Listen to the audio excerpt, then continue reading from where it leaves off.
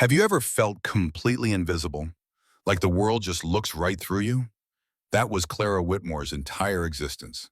At 31 years old, she had been passed over 6 times, left standing on platforms just like this one, watching younger, prettier women start new lives while she remained unwanted. She was the last one left, the one nobody chose.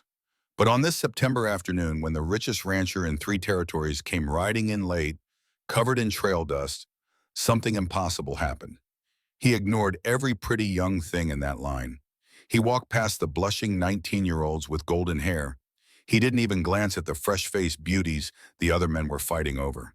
He walked straight up to Clara. The crowd gasped. Her heart stopped cold. And then he asked her one question that changed everything. "How many times have you been passed over?" When she whispered 6, he didn't flinch. He looked her dead in the eyes and said, "And you keep trying. That's exactly what I'm looking for." What happened next will make you believe that rejection is just redirection to something better. This story proves that being passed over doesn't mean you're unwanted. It means you haven't met the right person yet. Sometimes the one who arrives late sees what everyone else was too blind to notice. Your strength, your resilience, your worth. If you've ever felt invisible, this story is for you. Stick with me, and please hit that like button and comment with the city you are watching from.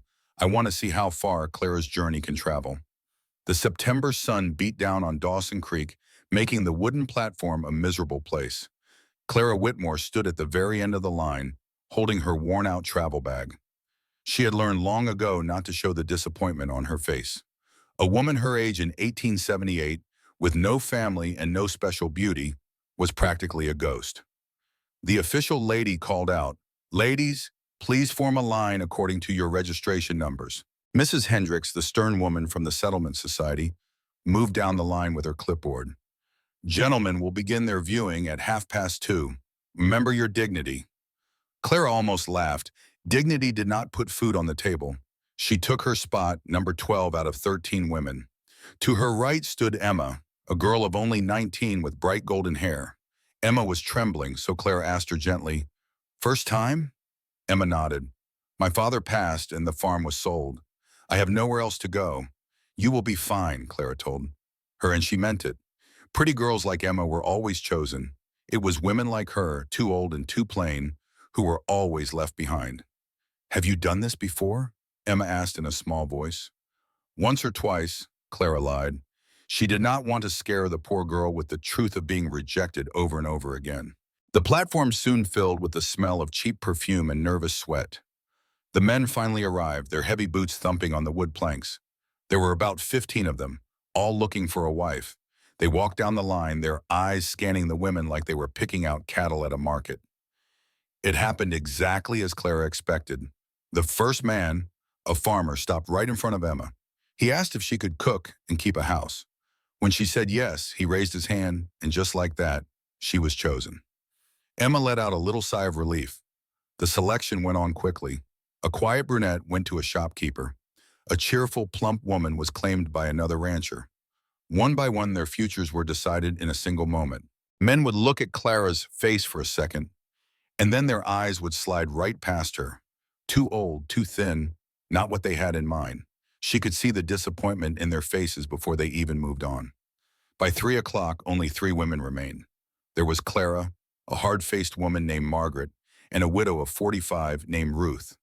The only men left were an old man with shaky hands and a nervous young boy. The old man tried to approach Margaret, but she just glared at him until he backed away. The boy looked at Ruth, saw her age, and mumbled an apology before retreating. Neither of them even gave Clara a second glance. It was over. Mrs. Hendricks announced that the selection was finished. Margaret and Ruth said they had money for their own train tickets home and left. Clara said nothing at all. She had $17 folded in her pocket. It was enough to get her to a new city, maybe Denver, where she could disappear again. She would find work as a seamstress and fade away. She was used to it. The platform was clearing out now. The chosen women gathered their things, their new husbands waiting nearby. Young Emma started to walk toward Clara with a look of pity on her face. Clara turned away. She could not stand anyone's kindness right now, especially from someone whose life was just beginning while hers felt like it was ending. She took 3 steps toward the stairs to leave. And then she heard it. The thunder of a horse's hooves riding in at a full gallop, scattering people out of the way. Everyone turned to look. A massive bay stallion slid to a dusty halt. The rider was on the ground before the horse even stopped moving. It was Jonah Mercer. Even a newcomer like Clara knew that name. He was the most powerful rancher in 3 territories, a man whose reputation was as big as the land he owned. And he was very, very late. Jonah Mercer was a tall, broad-shouldered man who looked like he had been carved from oak.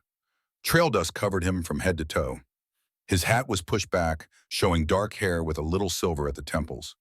His gray eyes, the color of a storm, took in the entire scene in a single glance.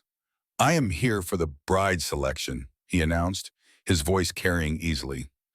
"I know I am late. My train was delayed." "Mr. Mercer," Mrs. Hendricks stammered, recovering from her shock, "I am afraid we have already completed the selection process." "So every other woman got picked?"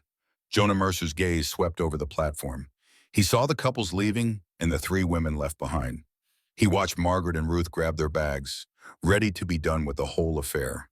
But his eyes settled on Clara, who stood there frozen, unable to look away. Mrs. Hendricks cleared her throat. "Sir, for a man of your standing, we can arrange a private selection from the next arrival." Jonah paid her no mind. "Don't need one." His eyes were on the 3 women now. He studied them with the same steady gaze he'd used for buying a horse, assessing them clear and deep. He walked right past the gossiping townsfolk, past a defiant Margaret, and past a tired-looking Ruth. Then he stopped, right in front of Clara. The world shrunk to the space of a single heartbeat. She could smell the trail on him, honest sweat and leather. She saw the lines around his eyes and the small scar that cut through his brow. "Your name?" he asked, his voice low. "Clara Whitmore," she said, her own voice a whisper. "Age?" She could have lied, but his stormy eyes wouldn't allow it. 31. A rustle went through the crowd. 31. Too old by their reckoning. "You were passed over today," Jonah stated. It wasn't a question. The plain truth of it was almost a relief. "Yes." "How many times before?" 6. His face didn't change, but something in his eyes recognized her brand of weary resilience. "And you keep trying," he said. "I keep trying." The simple question held the weight of all her humiliations. Why did she put herself through this? "Because the alternative," she said, "is worse."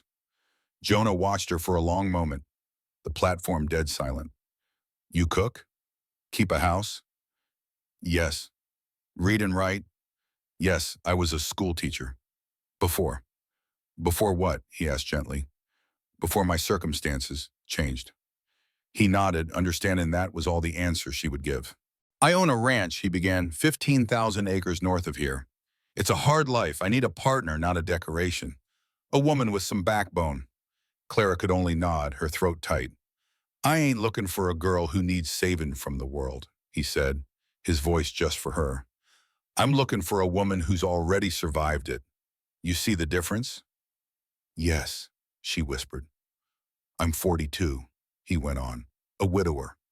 My wife and child died 4 years ago.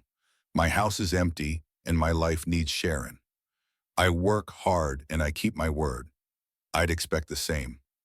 This was really happening. Her hands began to shake, not with fear, but with a terrifying hope. He took a small step back and raised his voice for all to hear. "Clara Whitmore, would you be willing to court with the intent of marriage?" The platform buzzed with shock. Mrs. Hendricks gasped out loud. Someone started to say, "But she's," and was shushed hard. Clara looked into Jonah Mercer's gray eyes and saw what no man had ever shown her before. It wasn't pity or disappointment. It was respect. Pure, simple respect for a woman who'd been knocked down and got back up every single time. "Yes," Clara heard herself say, "I would be willing." Jonah gave one sharp nod. He turned to a stunned Mrs. Hendricks. "What's the procedure?" "A week of supervised courtship," she stammered. "Separate rooms, chaperone meetings." "Fine. Where's she staying?" "At the boarding house. The society pays. I'll cover it." He pulled out his wallet and handed her the money. Then he turned back to Clara. "I'll call on you tomorrow morning at 9. Is that acceptable?" "Yes," she managed. "Good." He tipped the brim of his hat to her, a gesture of true courtesy, and walked back to his horse. The crowd parted for him like water. Men who'd ignored Clara just minutes before were now staring at her with new eyes. Jonah swung onto his horse and rode off in the same dust cloud he'd arrived in. Just like that, he was gone. Clara stood there, her bag clutched in her hands, the buzz of the crowd barely reaching her ears. "Well," Mrs. Hendricks said, finding her voice, "that was unusual. Miss Whitmore, I will show you to your room." As Clara followed, she heard one of the other women, Margaret, say loud and clear, "About damn time someone picked quality over a pretty package." Another woman, Ruth, added quietly, "Some men know what they're looking for." Emma, a younger girl, rushed to her side. "Oh, Miss Clara, he's the richest man in the territory, and he chose you." Clara looked at the girl's happy face and felt a long-held tension inside her finally begin to break. Clara Whitmore arrived at Mrs. Brennan's boarding house feeling a dangerous flicker of hope. In a small town like Dawson Creek, news got around fast. Mrs. Brennan, the sharp-eyed owner, already knew. "You are the one Jonah Mercer chose," she stated, leading Clara upstairs. "He has good sense. Lost his way after his wife Catherine passed, but he is a good man." The room was small but clean, a welcome sight for a weary traveler. "Supper is at 6 sharp," Mrs. Brennan said. "You will meet the other boarders then." Before leaving, the older woman paused. "Jonah Mercer will expect a partner, not a servant. Can you handle that?" Clara met her gaze. "I have been handling things on my own for 7 years, ma'am. I can manage with help." Alone at last, Clara sat on the bed, her composure finally breaking. The richest rancher in 3 territories had chosen her. Why? She had learned long ago that kindness often came with a hidden price. She was terrified to believe this good fortune was real, only to have it ripped away again. She stared out the window at the quiet street, her thoughts racing. A knock at the door startled her. It was Emma Thornhill, a younger woman from the platform, her eyes bright with excitement. "Miss Clara, is it not wonderful? We are staying in the same house." Emma entered the room, full of cheerful energy. "You must tell me everything. Why did Mr. Mercer choose you? Everyone is talking about it. He could have had any woman he wanted." Clara gave a tired smile. "I know very little myself, Emma." The young woman sat beside her. "Maybe he saw something special in you." Clara shook her head. "I am older than the others, and I am plain." But Emma grew serious. "When I was on that platform, I watched you. You stood so tall, even when you were the last one left. You never looked defeated. I thought to myself that I hoped to be that strong one day. Maybe Mr. Mercer saw that too. He saw someone strong enough to stand beside him." Just then, Mrs. Brennan called everyone for supper. After Emma left, her words echoed in Clara's mind. A partner, not a servant. Someone strong. For the first time, Clara considered that Jonah Mercer might not have seen a desperate woman, but a survivor. She changed into her one good dress, a simple dark blue cotton, and pinned up her hair. Looking in the small mirror, she saw her own steady eyes staring back. They were eyes that had seen hardship and had never looked away. At dinner, the other women buzzed with talk of their new lives. The conversation soon turned to Jonah Mercer. "His ranch is called the Triple Creek," one woman said. "They say his horses are legendary." Another woman, Beth, spoke quietly. "His first wife, Catherine, managed that large household. She died 4 years ago from complications in childbirth." A hush fell over the table. "They say the grief nearly broke him," Beth added. "He locked himself away for months." Clara put down her fork, a new understanding dawning. Jonah Mercer was not just a rich rancher. He was a man who had known a great love and a terrible loss. Later, other women told her about Jonah. "He's a pillar of the community," one said. But another, Beth, looked right at Clara. "He recovered from his wife's death, but I don't think he's ever healed." The words stayed with Clara. In her small room at the boarding house, she tried to read, but her mind kept returning to Jonah's gray eyes and his one simple question. Why? She lay in the dark, listening to the house settle around her, her own life hanging in the balance. She was 12 hours from seeing him again. As sleep finally came, Clara let herself think one small, dangerous thought. What if, after being rejected 6 times, the 7th was the one that mattered? What if 31 wasn't too old? What if this time was different? Hope was a dangerous thing. Far worse than the rejection Clara knew so well. She finally drifted off, not knowing if 9 o'clock would bring salvation or ruin. Morning came too quickly. After a sleepless night, she chose her best gray dress, her hands trembling as she fixed her hair. "You look so lovely," Emma chirped from the doorway, her face bright with optimism.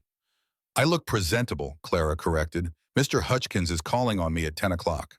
Emma gushed about how romantic it all was. "Please do not build fairy tales, Emma," Clara said gently. "This is a practical arrangement, nothing more." But Emma believed it could grow into love. Before Clara could respond, Mrs. Brennan's voice came from downstairs. "Miss Whitmore, a gentleman is in the parlor." 8:45. He was early. Clara took a deep breath. She had survived worse than a simple conversation. Jonah Mercer stood by the window, a rugged man looking out of place in the formal parlor. He had cleaned up well, his storm gray eyes meeting hers as she entered. "Miss Whitmore," he nodded. He was early, but he said it was an old habit. They sat, the silence heavy between them. "I appreciate your honesty yesterday," he began. "I value the plain truth, especially in a marriage. I will be direct with you now." Clara braced herself. He told her he was 42 and had built his ranch from nothing. "My first wife was not prepared for the harshness of ranch life," he said plainly. The isolation broke her spirit.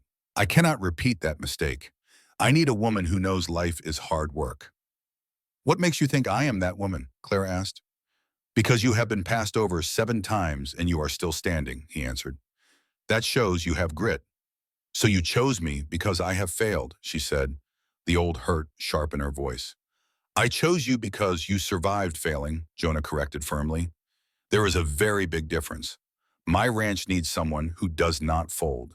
It was a compliment she had never received, but it warmed her soul. He did not say she was pretty, he said she did not fold. Resilience was more valuable than a pleasing face. She asked him plainly what he expected from a wife. His answer came without pause. Partnership, someone to help run a ranch that employed 30 men year-round. It was a huge task, but Clara had kept the books for her father's store. "I can manage accounts, and I am not afraid of hard work, Mr. Mercer."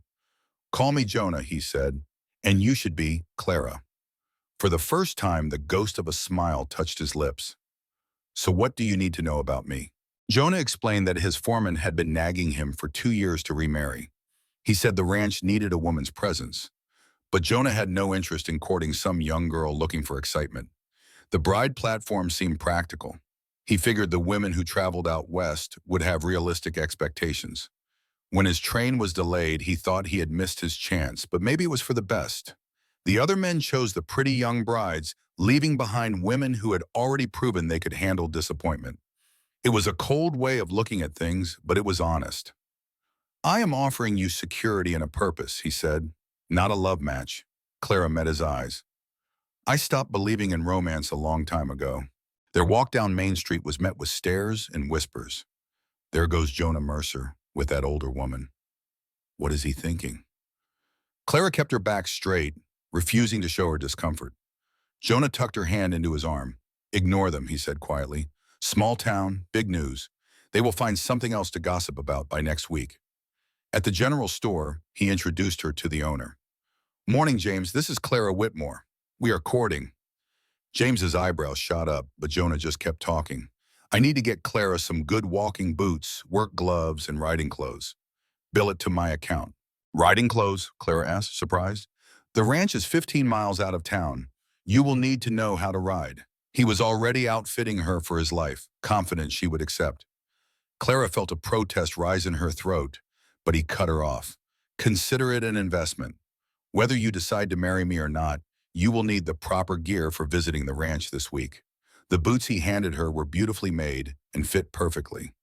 When he added a heavy winter coat to the pile, Clara finally spoke up. "Jonah, this is too much." He looked at her steadily. "Is it too much if you are going to be my wife?" As they left the store, Clara knew she had to speak her mind. She stopped him on the boardwalk.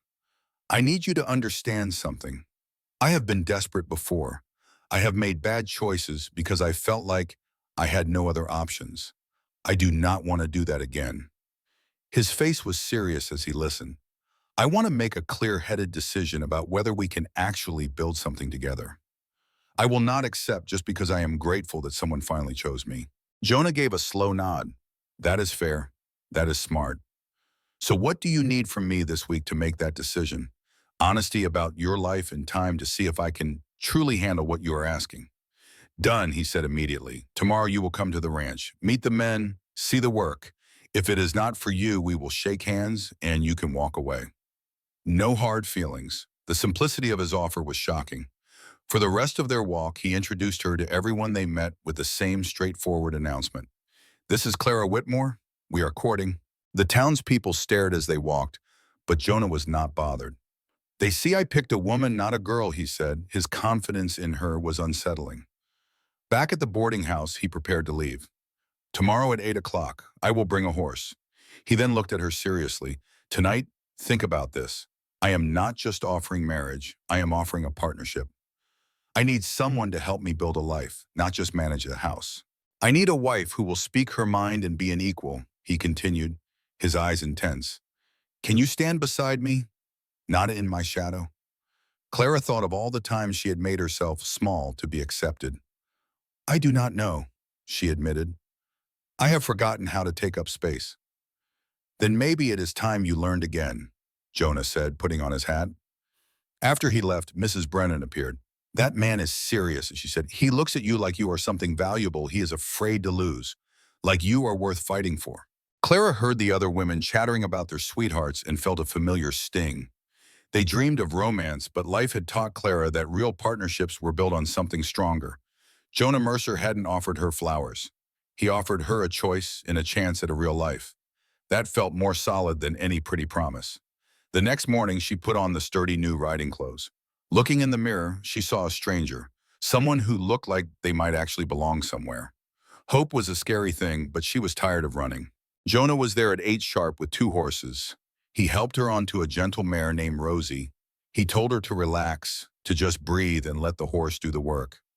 As they rode out of Dawson Creek, the world opened up. The sky was so big, it made her feel tiny and lost. Jonah saw the fear on her face. He just smiled and said, some folks see empty space. I see room to breathe. As they rode, Jonah explained the hard truths of running a ranch. He pointed out property lines and talked about tough decisions, like firing men who couldn't be trusted. My first wife, Catherine, she always agreed with me, he said, his voice quiet. It meant I was making choices half blind. I need a partner, Clara, not an echo. Then, from a high ridge, she saw it.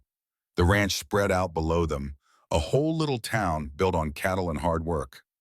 That's home, Jonah said. Down in the ranch yard, cowboys stopped to stare. A weathered man with sharp blue eyes walked right up to them. This is my foreman, Sam, Jonah said. Sam looked Clara up and down and gave a short nod. She'll do, he told Jonah, then asked Clara, you cook? When she said yes, he cracked a smile. Good, about time we got some real flavor around here. The house was solid and clean, but it felt lonely. Catherine never really made it her own, Jonah admitted as they walked through the quiet rooms. I reckon she was lonely, and I was too busy to see it. I won't make that mistake again. Over lunch, Clara found herself telling him about her own losses. He listened, really listened. I saw a fighter on that platform, he told her, someone who refused to quit. On the ride back to town, the setting sun painted the sky in brilliant colors. Her whole body ached, but for the first time in years, her heart felt steady. Well, Jonah asked as they reached the boarding house. It's bigger and harder than anything I've ever known, she answered honestly. But I think I could make it a home. A slow smile spread across Jonah's face. That's all I've ever wanted to hear. Nah, I reckon I'll be all right. He gave me a genuine smile then, the kind that changed his whole face from stone to something near handsome. I got a feeling you'll do more than just be all right, Clara. You might just surprise us both. As he rode off, I walked up the boarding house steps feeling like I'd just run a long, hard race. Alone in my room, I pulled off those boots and thought about it all. The ranch was huge, the work looked endless, and Jonah was just as he seemed, a hard but honest man. Could I really do this? Make that life mine? But then I remembered anything is better than going back to nothing. This was my one chance to build something real. Looking in the window, I saw a woman who looked like she belonged somewhere. like she finally had a future. And right then I made up my mind. I was taking this chance not because I was desperate, but because for the first time in 7 long years, someone looked at me and saw strength. He offered me a partnership, not pity. He gave me a chance to be more, not less. I decided I would give this my all, be honest, and say yes to building a life together. Come Sunday morning, those church bells felt like they were announcing to the whole town that I was Jonah Mercer's intended. I knew the whispers would follow me, the 31-year-old spinster who'd landed the territory's best catch. But I'd survived worse than gossip. I put on my best dress, a simple green cotton, and got ready to face them all. Emma popped in, all excited. "Oh, Miss Clara, you look so lovely." "That dress is plain, but it is strong. Makes you look like a proper rancher's wife already," Emma said, trying to cheer her up. "Do not mind that busybody, Mrs. Patterson. Those silly girls with all their ribbons would not last a single season out on that ranch. But you, Clara, you will build a real life there." Clara just gave a small nod. She knew she was not some young beauty. Just then a voice called from downstairs. Jonah was here. He stood waiting in the parlor, a solid man in a dark suit. His eyes met hers, and for just a second, she saw a flicker of approval. "You look fine," he said simply. She nodded back. "As do you." As they walked to the church, Clara felt the whole town staring right at them. The whispers followed them like a suffocating fog, but Jonah paid it no mind at all. "How can you stand it?" she finally had to ask. "Who says I do?" he answered, his voice low. "I just happen to trust my own judgment a lot more than I trust their gossip." Inside the church, a hush fell as every single head turned their way. Then the whispers started up again. "Look at the age of her. What on earth could he be thinking?" Through it all, Jonah sat as still as a stone statue. Clara took a deep breath and forced herself to do the same, staring straight ahead. After the last hymn, Jonah led her right outside into the thick of the community dinner. All Clara wanted to do was run and hide. A sharp voice cut through the friendly chatter. "Jonah." A woman in a very expensive dress came toward them, her eyes sizing up Clara with pure disdain. "I am Margaret Hastings," she announced, though her smile was as cold as ice. "We have all been so very curious about you, Miss Whitmore." She then looked right at Clara. "You simply must tell us all how you managed to snag a man like Jonah. So many pretty young things have tried and failed over the years." "Margaret," Jonah's voice was quiet, but it held a dangerous edge. "That is quite enough." But she just ignored him. "After all," she continued, "he could have any woman he wants, and yet he chooses." Her gaze swept over Clara again, judging every single line on her face. Jonah stepped right between them. "I chose a partner, Margaret, not some pretty doll. I need a woman with a strong backbone, not a little girl looking for an easy life." His voice was soft, but everyone nearby stopped talking to listen. "She is going to be my wife. Any disrespect to her is disrespect to me. I suggest you remember that." The silence was heavy and absolute. Margaret's face turned bright red before she spun around and hurried away. "You did not have to do that for me," Clara said quietly. "Yes," he replied. "I did." He guided her toward a table full of food. The meal was a true test of her endurance. The questions from the other women came hard and fast. "Can you manage a large ranch household?" one of them asked. "I have always managed with what I had," Claire answered plainly. "And what about the loneliness? It is a very long way from town." "I am not afraid of my own company." Clara just picked at the food on her plate, her appetite completely gone. "You are doing just fine," Jonah murmured, his voice so low that only she could hear him. "Just hold on a little longer." Soon, Jonah was pulled into conversations with other men about cattle and land, leaving Clara standing awkwardly by herself. "Do not let them get to you," a kind voice said from behind her. It was Beth, one of the women from the boarding house. "They are just testing you. They want to see if you will break." "Is this what his first wife, Catherine, had to go through?" Clara asked. Beth nodded and her face grew grim. It was much worse for her. She was so young, and they could see her fear. The women here circled her like a pack of coyotes. By the end, she was too scared to even set foot in town. "Clara, you got a choice to make. Are you the kind of woman who folds, or are you the one who's going to prove every single one of them wrong?" Clara thought about 7 rejections, 7 times she had to dust herself off and start over. Then she thought about Jonah's offer of a real partnership, of being seen as strong. "I'm the woman who doesn't fold," she said, her voice quiet but firm. Beth gave her the first genuine smile she'd seen all day. "Good. Give it 6 months. They'll all be asking for your advice." When Jonah finally suggested a walk, Clara nearly sagged with relief. They escaped the churchyard and headed toward the edge of town. "Well, that was a trial by fire," Jonah said after a while, "and they ain't usually that nosy." He stopped walking and turned to face her. "Clara, I need to ask you something, and I need a straight answer." "Can you handle this?" he asked. "Not just for a day, but for the long haul. This town's gossip is part of the deal." She owed him the truth. "It's harder than I expected," she admitted. "I thought I was past caring what folks think of me. Turns out I'm not as tough as I believed."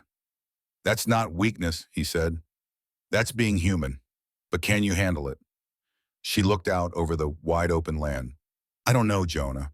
I want to say yes, but after so long trying to be invisible, it feels like I'm on display for the whole county." He was quiet for a long moment. "You know what I see when I look at you? I see a woman who's been knocked down again and again and keeps getting right back up. I see someone who tells the truth, even when it's hard. I see courage. I know you're stronger than most folks I've ever met." Clara's jaw tightened. "You don't know me at all. I know enough. And listen here, this ain't some charity case. I am offering you this because I reckon we can build a real life together. But that's only if you want it. It means you standing beside me while all those folks whisper, and you proving them wrong with how you live. If you can't, we'll part ways. No harm done. I won't tie you to a miserable life. But I don't think you are the kind to run from a fight. I think you're just stubborn enough to show every last one of them." That anger in her chest turned hard as a rock. He was right. She was furious at being judged by people who knew nothing of her struggles. "You're asking me to fight," she said. "I am asking you to stand your ground. There is a difference.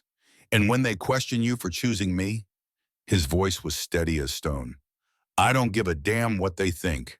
I care about what you can do. The rest is just noise." She looked at this man who saw strength where others saw only failure. He wasn't offering her a rescue. He was offering a partnership. "All right," Clara said, her voice clear. "I'll stand my ground, but you have to promise me something. Name it. If I start to fail, if I am not cut out for this, you tell me true." "No pity," greeted, he said, "and I need the same from you. If this life makes you miserable, you tell me straight. No suffering in silence." They shook hands on it, a deal that felt more solid than any promise. The sun was dipping low as they walked back to town. People still stared, but this time Clara met their eyes. Let them look. She belonged here now. At her boarding house, Jonah tipped his hat. "Tomorrow, I am checking on some mares up north. It is a full day's ride, but Tuesday, I want you back at the ranch to learn the kitchen from Cookie. Can you do that?" "Yes," he looked her square in the eye. "After all that today, are you still sure about this?" His concern was real, and it settled her nerves. "I am still willing," she said. "Are you?" "More certain than ever." "Get some rest. Tuesday will be a long day." Inside, Emma was waiting, full of questions. Clara told her a softer version of the day, but Emma saw right through it. "They were awful to you, weren't they?" The girl's eyes teared up. "Those women are just jealous. He did not choose their daughters." Clara had to smile at her fierce loyalty. "Their jealousy is their problem, not mine. I have to figure out if I can actually do this. If I can build a life with a man I barely know. Am I brave enough to grab this chance instead of running scared?" Emma took her hand. "You are brave enough, Miss Clara. You tried 7 times before. Most folks quit after 1. That night, Clara thought about the difference between just surviving and truly living. For 7 long years, she had been surviving. Jonah was asking her to stand tall, to take up space, to be somebody. The question was, could she finally shed the skin of her failures and become the woman he already saw? Monday was hard. Every whisper in town felt like a tiny cut. That evening, Margaret Hastings knocked on her door. Her face was stiff. "May I have a word? I owe you an apology," she said, once inside. "My behavior was inexcusable. My husband, Sam, he set me straight." Margaret struggled for a moment. "The truth is, I had hoped my niece, Sarah, would catch Jonah's eye. When he chose you, she flushed. When he chose you, Clara finished for her. I was insulted. Yes, Margaret admitted, but Sam reminded me that Jonah does not need a fancy wife. He needs a strong and capable one. And Sam says you have already proven you are more capable than most. I am not asking for us to be friends, Margaret said, but our husbands are close. We will have to see each other. I would prefer it if we could start over. Clara looked at the proud woman, who was at least trying to do the right thing. It wasn't a perfect apology, but it was honest. I appreciate your honesty, Mrs. Hastings. I am willing to start fresh. Relief washed over Margaret's face. Thank you, and please call me Margaret. After she left, Clara realized something important. Marrying Jonah meant she had to navigate the politics of a small town. She had to be more than a ranch wife. She had to be a partner in every sense of the word. Tuesday morning arrived bright and clear. Jonah came for her at 8 o'clock. At the ranch, a grizzled old cook named Cookie was waiting. He had a permanent scowl, but surprisingly the gentlest hands she had ever seen. The ranch kitchen was run by a grizzled old cook named Cookie. So you're the one the boss chose, he said, looking her up and down. You cook? I do, though nothing on this scale. Can you make a decent biscuit? He challenged. I can. Prove it, Uno, he grunted. Make enough for 30 men. Clara rolled up her sleeves. Her hands moved with an old, familiar rhythm. Soon a tray of perfect golden brown biscuits came out of the oven. Cookie took one, broke it open, and took a bite. His scowl didn't change, but he gave a single sharp nod. You'll do. Now, can you manage a stew for 30? All morning they worked side by side. It was hot, hard work, but it felt good. There was a real purpose to it. At noon, 30 hungry cowboys filled the dining hall. Clara served the stew and biscuits, ladling out portions while the men laughed and talked. Jonah sat at the head of the table watching her. When she refilled his coffee, he caught her wrist gently. You're doing well, he said, his voice low and for her ears only. They're comfortable with you here. That matters.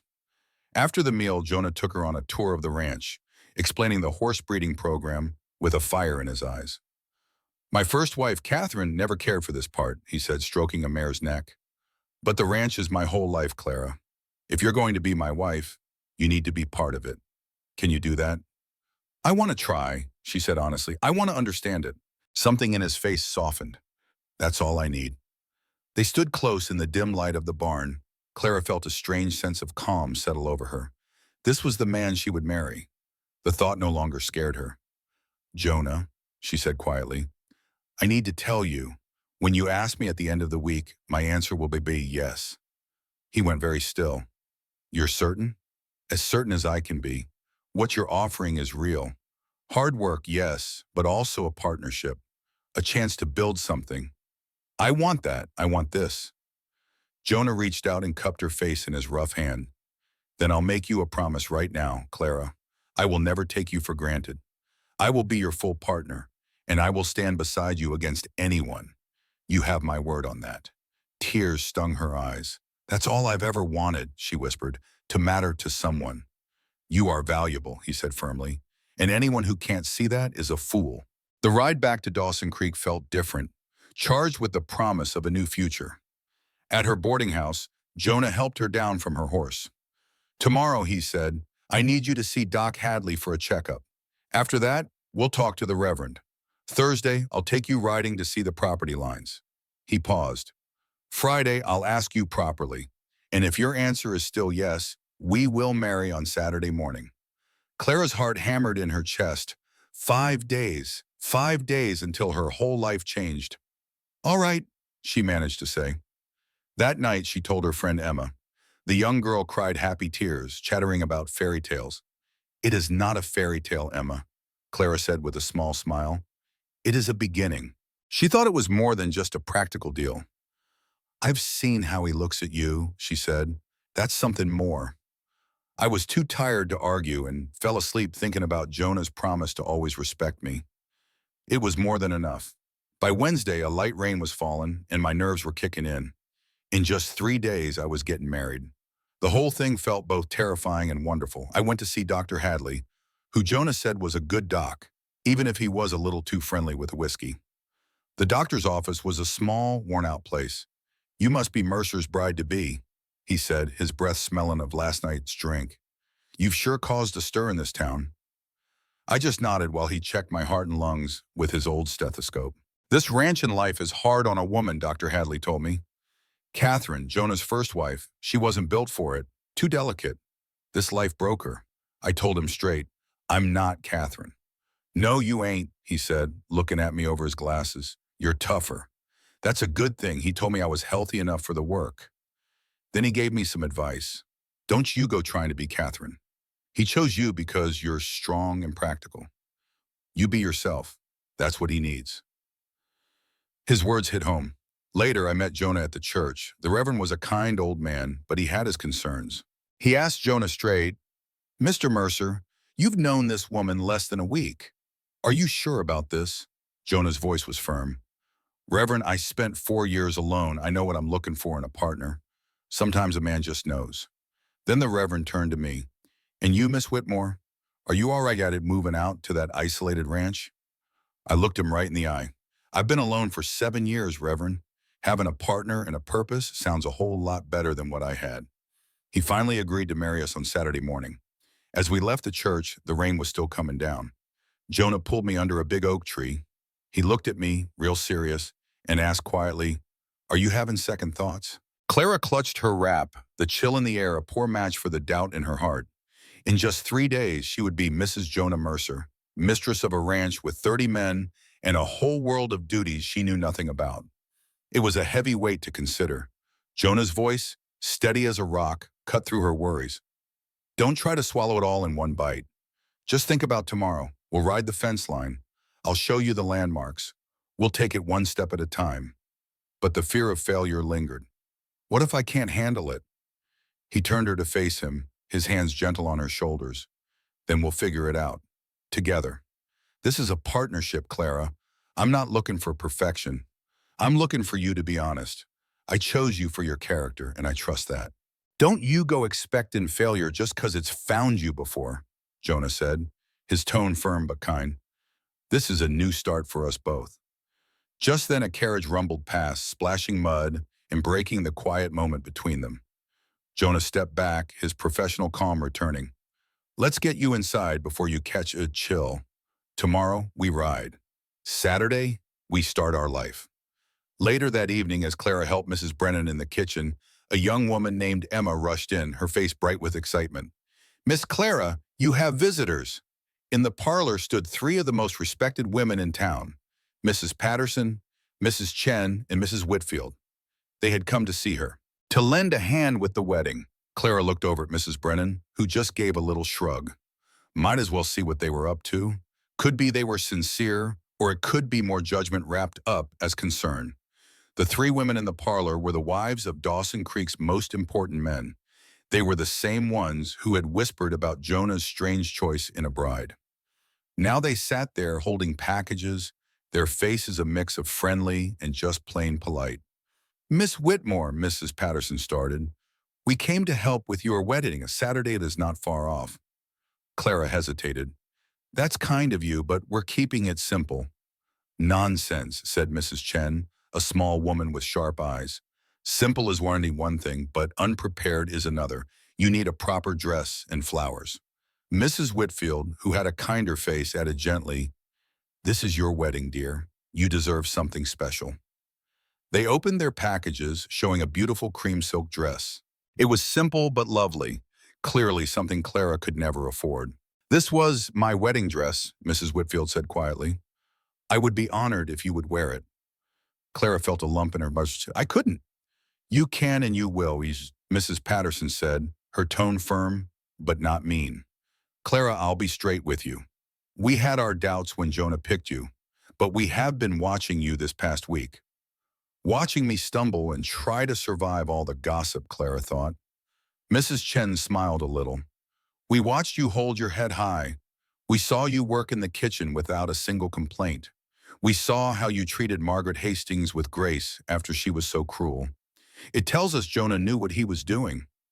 We are not asking to be your best friends, Mrs. Patterson added. But Dawson Creek is a small place. Out here, ranch wives have to depend on each other to survive. We want to include you in that.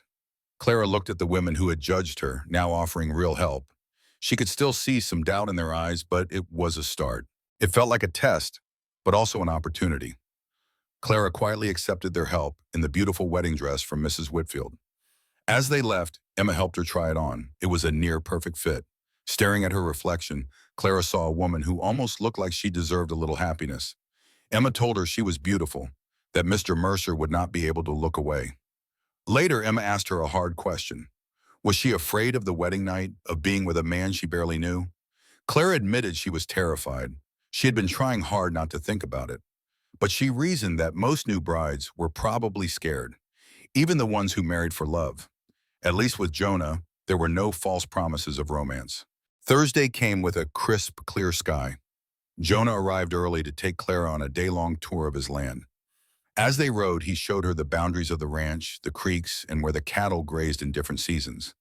He explained that he ran about 3,000 head of cattle. He believed in quality over quantity, making sure the land was never pushed too hard. It was better for the animals and better for business. They stopped by a stream to eat the lunch Cookie had packed for them. Sitting there on the bank, he began to lay out his vision for the ranch. Jonah explained that she needed to understand the business, not to make decisions, but to be prepared. He said if anything ever happened to him, she would need to work with his foreman, Sam, to keep things going. Clara found his talk of his own death unsettling. He called it planning for what might happen. Life on the frontier was a dangerous thing. He told her plainly that he had made a mistake with his first wife, Catherine. He had not prepared her for reality. When she passed, his whole world nearly collapsed. He said he would not make that same mistake twice. This marriage would be different. He called it a partnership. Two strong, whole people working together, but able to stand on their own if they had to. Clara found the idea surprisingly comforting. She had spent too long making herself smaller to fit into other people's lives. The thought of becoming whole again felt right. As they continued their ride, he pointed out a small line shack used by cowboys during roundups.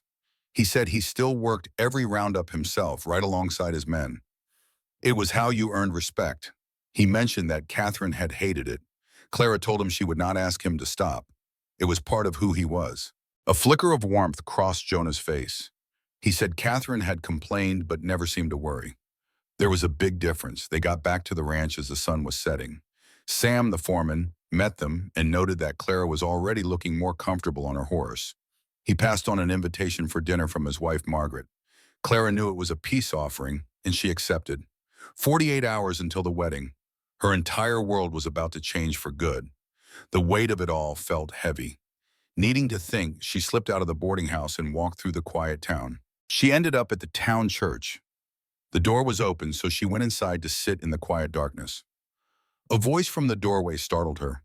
It was Jonah. He had a feeling he might find her there. He sat down in the pew next to her and asked if she was having second thoughts. Clara confessed that she was terrified. Not of him, but of failing, of not being what he needed. Then Jonah surprised her. He admitted that he was terrified too. He was scared of repeating the same mistakes he made with Catherine. He said he was good with cattle and business, but not so good with people. He confessed that he had not listened when his first wife tried to tell him how lonely she was. Enough to understand until it was too late. I am not Catherine. No, you are not. You are stronger and a better fit for this life. But it will still be hard. There will be times you feel lonely or overwhelmed. When those times come, I need you to tell me. I need you to trust me enough to be honest instead of just suffering alone. Clara took that in. She could hear that he was scared too. They were both stepping into something brand new, hoping this unlikely match might actually work. I can promise to be honest, she said. I can promise to treat her. I cannot promise I will not struggle, but I will not hide it from you. That is all I am asking. Jonah took her hand. Tomorrow night, after our dinner, I am going to ask you for real. I will get down on one knee with a ring, the right way. And if you still say yes, then on Saturday we will stand before the Reverend and make our promises. You will be my wife, and I will be your husband. And if you say no, I will respect it. We will just know that we gave it an honest try. They sat there for a bit, holding hands. Then Jonah stood up. Come on, let us get you back before Mrs. Brennan worries. Tomorrow is a big day. He walked her back to the boarding house. At the door, he paused. Clara, whatever you decide, I want you to know this week has been good. You reminded me how to look forward. Thank you for that. He tipped his hat and walked off, leaving Clara on the porch with a full heart. Inside, Emma was waiting, full of questions. Where were you? I was just walking, thinking about Mr. Mercer and his proposal, wondering if I am doing the right thing. Emma took Clara's hands. Miss Clara, can I tell you what I see? I see a woman who keeps getting knocked down but always gets back up. I see someone brave, and I see how Mr. Mercer looks at you, like you are exactly what he has been looking for. That is not desperation, Miss Clara. That is courage. Clara hugged the girl, thankful for her faith when her own was shaky. That night in bed, Clara thought about the whole week. Tomorrow Jonah would propose, and the day after, she would either be married or on a train heading west. The choice should have felt impossible, but somewhere in the quiet of the night, Clara knew the choice was already made. It was not out of fear or a lack of options.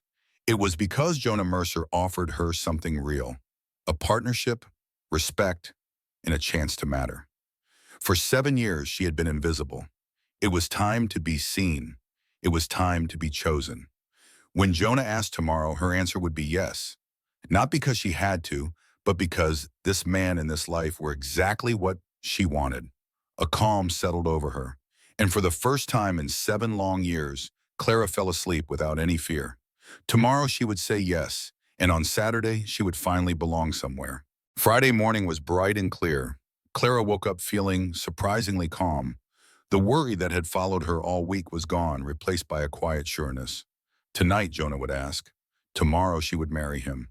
The path was set, and she felt peaceful about it. She dressed in one of her nicer dresses, taking extra care with her hair.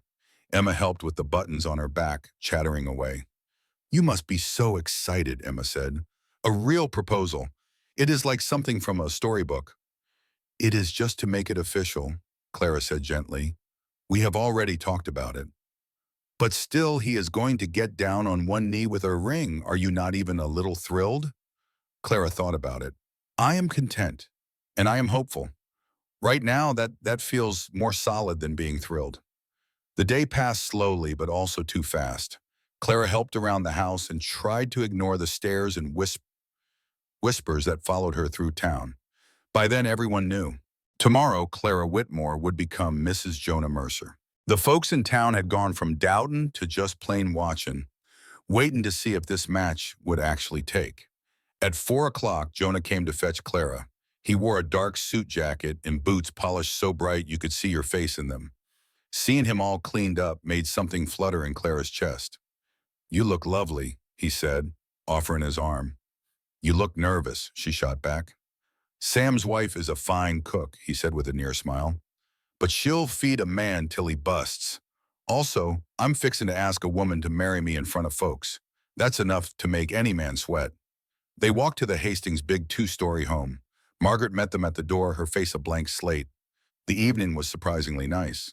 Margaret steered the conversation to safe topics like winter supplies and the cattle crop, clearly making an effort.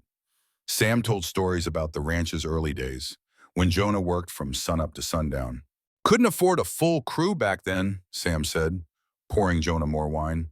So the boss here did the work of 3 men all by himself. Told him he'd work himself into an early grave. And yet, here I am, Jonah said dryly. Because Catherine made you slow down, Margaret added, then blushed. It's fine, Jonah said quietly. It's the truth. She made me realize I'd built a ranch but had no life. The honesty of it hung in the air. Clara's going to face her own set of troubles, Sam said, deciding to just put it all on the table. Folks will be comparing her to a dead woman they put on a pedestal. That ain't easy. Sam, Margaret hissed. No, he's right, Clara said, finding her voice. They will compare me to Catherine. Everything I do will be measured against what she did. And how do you aim to handle that? Margaret asked, her voice sharp with real curiosity. Clara looked right at her. By being myself. I'm not here to replace Catherine. She was his past. I aim to be his future. A deep chuckle broke the silence that followed. She'll do, boss, Sam said. She'll surely do. After dinner, Jonah and Clara were left alone in the parlor. He stood by the crackling fire, looking more nervous than she'd ever seen him. "Clara," he started, "I'm not a man for fancy words, but you deserve the effort." He pulled a small box from his pocket, and to Clara's complete surprise, he got down on one knee. It was an old-fashioned gesture from such a practical man. "This week, I've seen you face down judgment with pure grace," he said, his voice steady. "I've watched you work hard and be honest when it was tough. I've come to realize that picking you was the smartest thing I've done in years." Clara's throat went tight. "I'm not offering you an easy life," he went on. "I'm offering a partnership, a man who will respect you and stand by you. A home." He opened the box. Inside was a simple gold band with a small, pretty sapphire. "Clara Whitmore, will you marry me?" She looked at this honest man offering her everything that mattered. After 7 platforms and 7 rejections, here was a man who saw her worth. "Yes," she said, her voice thick. "Yes, I will marry you." Jonah slipped the ring on her finger. It was a perfect fit. Instead of a kiss, he lifted her hand and pressed his lips to her knuckles, a gesture that felt more real than any kiss. "Thank you," he said, "for taking a chance on me." "Thank you for seeing me," Clara whispered back. "Their loss," Jonah said with a small, true smile, "is my gain. Tomorrow you'll be my wife. Are you ready?" "As I'll ever be." On the way back, Margaret had hugged Clara and whispered, "I was wrong about you. Be good to him." At the boarding house door, Jonah paused. "Clara, about tomorrow night. I know this is happening fast. We'll take things at whatever pace you need. There's no rush." His kindness made her chest ache. "Thank you," she said. "I am nervous." "My only experience was with a woman I married 18 years ago," he admitted. "We'll figure it out together, just like everything else." He squeezed her hand and left her at the door. Inside, a surprise was waiting. The other women had cake and tea, a small party to wish her well. They gave her small, practical gifts, like embroidered handkerchiefs and a warm shawl. The kindness of it all, after so long of being alone, nearly broke her. "You're one of us now," Mrs. Brennan said. "A frontier wife. We look after our own." That night, lying in bed for the last time as a single woman, Clara touched the ring on her finger. She thought about her long journey here. Every rejection had felt like an ending, but she saw now they were just clearing the path. Tomorrow she would marry Jonah Mercer. She would become his partner, the woman who would help him build a life. It was terrifying. It was exciting. And it was exactly where she was meant to be. That night, Clara whispered a quiet thank you into the darkness, grateful for the turn of fate that brought her to this place. She awoke on her wedding day to the sound of church bells, her stomach filled with nerves but not a single regret. The women from the boarding house bustled in, helping her get ready. They styled her hair with wildflowers and helped her into a beautiful cream silk dress, a gift from Mrs. Whitfield. When Clara saw her reflection, she saw a new woman, one who looked strong and ready. The desperate person from the platform a mere 8 days ago was gone. Emma teared up. "Oh, Miss Clara, you look so beautiful." They all walked her to the church, a small guard of honor surrounding the bride. Clara felt every single stare from the townsfolk, but she held her head high. Let them judge. This wasn't for them. This was for her and Jonah Mercer. At the altar, Jonah waited, his usual stern face softening the moment he saw her. Their vows were simple but heavy with promise, spoken clearly in the quiet church. When the Reverend declared them husband and wife, Jonah gave her their first real kiss, a gentle promise of the life to come. Signing the marriage certificate made it real. Clara Mercer. The name felt right. She finally belonged somewhere. At the boarding house, folks offered congratulations, some warmer than others. Clara and Jonah stood together, a united team. Margaret Hastings pulled Clara aside, pressing a small gift into her hand. It was a leather journal. Margaret apologized for judging her so harshly, hoping they could now be friends. Clara was genuinely touched by the gesture. Soon after Jonah helped her onto the wagon, it was time to go home. As they rode north, the autumn sun felt warm on her face. This land was her home now. "Any second thoughts?" Jonah asked with a small grin. "Not a one," she replied, and he took her hand. "Welcome home, Mrs. Mercer." The ranch was a sprawling place, a whole world unto itself. The cowboys watched as the boss arrived with his new bride. Inside the main house, someone had placed wildflowers in vases, and the whole place was spotless. It was a start. "This is your house now, Clara," Jonah said. "You're home." After 7 long years of wandering, those words settled over her like the warmest blanket. That evening, after a quiet dinner, the nervousness finally set in. Upstairs, Clara changed, her heart pounding. Jonah knocked before entering their bedroom. He could see the fear in her eyes. "Clara," he said gently, "we can wait. There is no requirement." But to her own surprise, she found her courage. "No," she said, her voice steady. "I want us to begin as we mean to continue, as full partners." He approached her slowly, his touch surprisingly gentle. He promised to be patient, to stop if she was ever uncomfortable. Their first time together was clumsy and tender. It was a quiet lesson for Clara, teaching her that intimacy with a man who truly cared was nothing like what she had known before. Afterwards, they lay in the dark, her head on his chest. "Are you all right?" he asked. "Yes," she whispered, feeling a profound sense of peace. "Better than all right." Clara woke before dawn, wrapped in the warmth of her husband. She watched him sleep in the gray light, this good man who had given her a second chance when no one else would. A powerful feeling of gratitude washed over her. She would make this work. She would build a life here and prove to everyone that she deserved this. Today, the real work of being Mrs. Jonah Mercer would begin. But for now, she was just a woman, safe in her husband's arms, finally home after 7 long years. Model, have you ever felt completely overlooked, passed over until you thought you were invisible? That was Clara's reality. Rejected 7 times, a woman nobody seemed to want.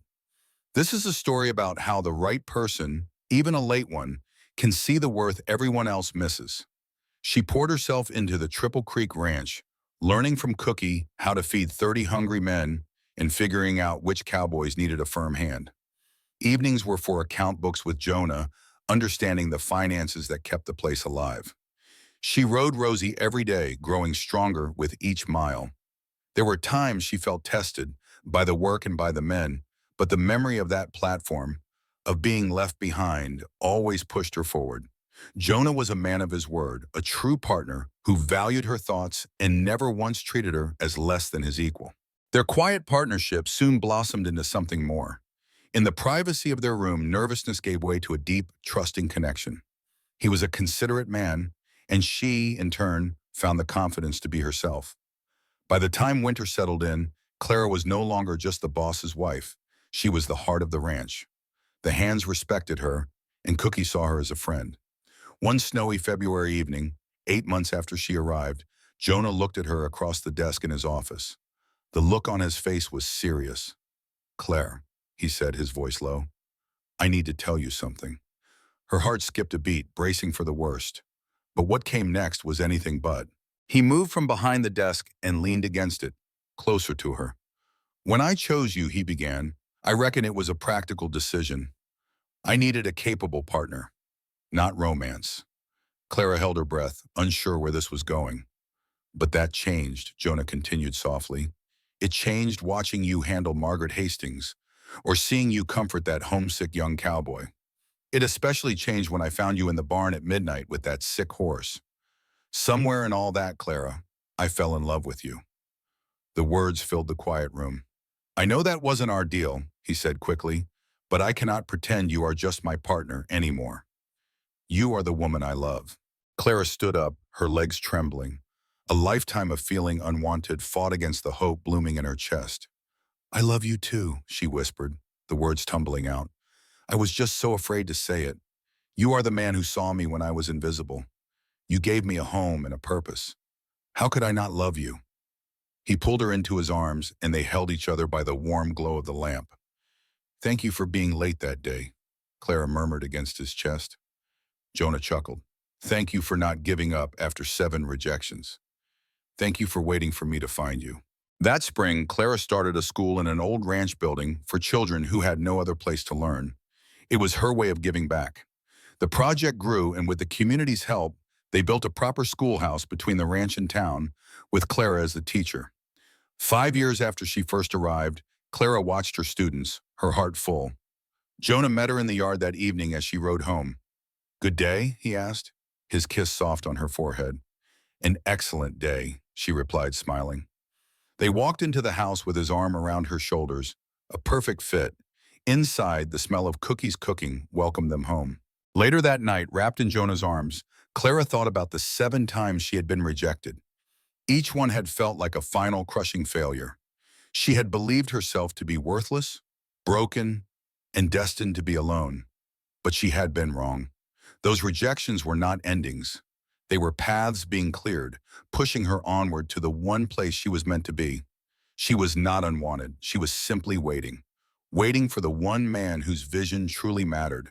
The one who would ride in late and dusty and see her not as a last resort, but as everything he ever needed. And in his eyes, she finally saw herself the same way. She had not been passed over or unwanted. She had simply been waiting for the right person to see her for who she truly was. And when Jonah Mercer came along, she was brave enough to say yes to the life he offered. Standing there, she understood that being chosen for your true self is worth more than anything. All those past rejections had only made her stronger, refining her into the woman who stood here today. A woman strong enough to build a home, a legacy, and a life that truly mattered. She finally believed what Jonah already knew. She had always been worth choosing. The right man just had to be wise enough to see it.